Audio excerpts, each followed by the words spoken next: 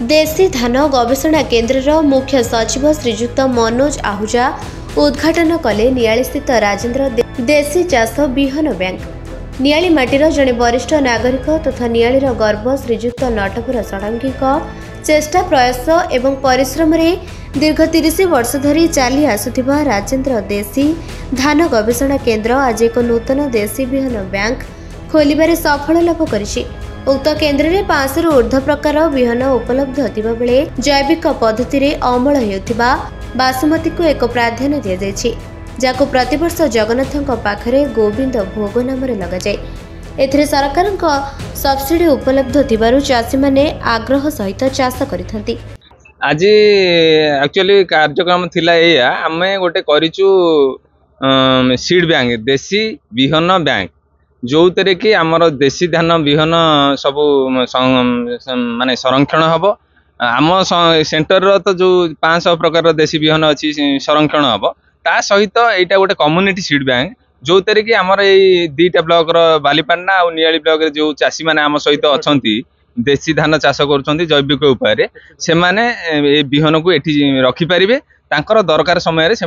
जमीन प्रयोग करें। आम सहित प्राय 1500-2000 चाषी सामिल अच्छा जो मैंने कि देशी धान सब चाष कर वर्ष जानी आमर गोविंद भोग बोली गोटे देशी धान बास्ना धान चाष करा जैविक पद्धति जोटा कि आमर पुरी श्रीमंदिर को जीव कोठ भोग भोग लगी आपने जानी थे गोटे माननीय प्रधानमंत्री भी गोटे प्राकृतिक खेती उपरे जोर देउचंती एवं भारत सरकार भी गोटे योजना आरंभ करिसंती प्राकृतिक खेती पाई जहाँ जहाँ एठी जो नटवर बाबू करिसंती सही विषय रे अच्छी पूरा भारत रे कौन है जिते बेले आमे धान उत्पादन करूचु रासायनिक सारा बहुत व्यवहार होची तार गोटे इफेक्ट रहूची माने बेसी अपन देखिबे केमिकल पखाई देबे ताले लोक जेहेतु खाउचंती तांको कुप्रभाव भी हेई पारिबो। एथिपाई एही जो पूर्ण हमर जो देशी बिहन अच्छी तांका गोटे गोटे प्रक्रिया जो मैंने अपन सब बेले बिहन रखी पारिबे चाषी मानक को देई पारिबे तापरे जदि से मैंने ताको धान लगाइबे से मैंने ताले चाष पाई को प्रकार मैंने नुआ जीव अमृत हैला बीज अमृत हैला ए प्रकार केमती सार रासायनिक सार जगह रे कौन कौन से मैंने करीबे कीट पाई कौन मैंने तांका पाई ऑर्गेनिक प्रकार रे से मैंने द्रव्य तैयार करी पारिबे ये सब जो जानकारी अच्छी एठी रखा है तो एठा जेहेतु आम चाहूँ एटा बढ़ाइबा पाई ताले ए प्रकार केन्द्र आपन को दरकार जुटी बिहन रखी पारिबे चाषी मैंने आसी करिके देखी पारिबे जदि ए प्रकार चाष करिबे केमती करिबे कहीं जदि से रासायनिक सार व्यवहार करिबे ताले उत्पादन देखिबे पैसा केते मिलिबो सेटा भी देखिबे यही चाष द्वारा भी यही पद्धति द्वारा भी टिके समय लागिबो गोटे 2 वर्ष लागिबो से मैंने शिखिबे ताले तापरे उत्पादन बढ़िबो। राजेन्द्र धान देशी गवेषणा केन्द्र जो चीफ सेक्रेटरी आज आसी वर्तमान भी अच्छा से उपस्थित से विभिन्न प्रकार धान जो देशी धान करा जाउची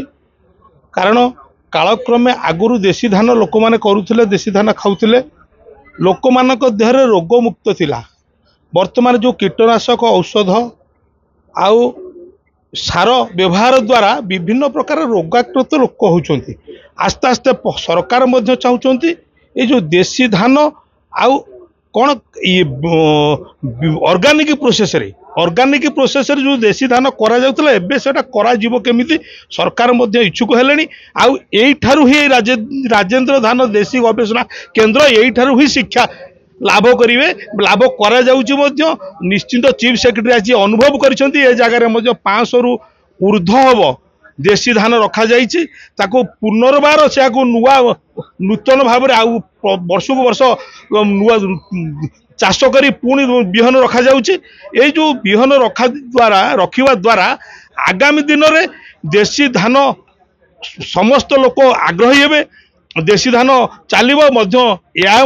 गोविंद भोग नाम रे एक धान प्रस्तुत होईछि ए धान को मध्य सर्टिफाइड करा जाइछि जे महाप्रसाद जे जगन्नाथकर जो भोग कोठ भोग जो करा जाउछि से गोविंद भोग चाउल रे ही कोठ भोग करा जिवो। नियालीर तुषार नायकଙ୍କ रिपोर्ट निरपेक्ष न्यूज।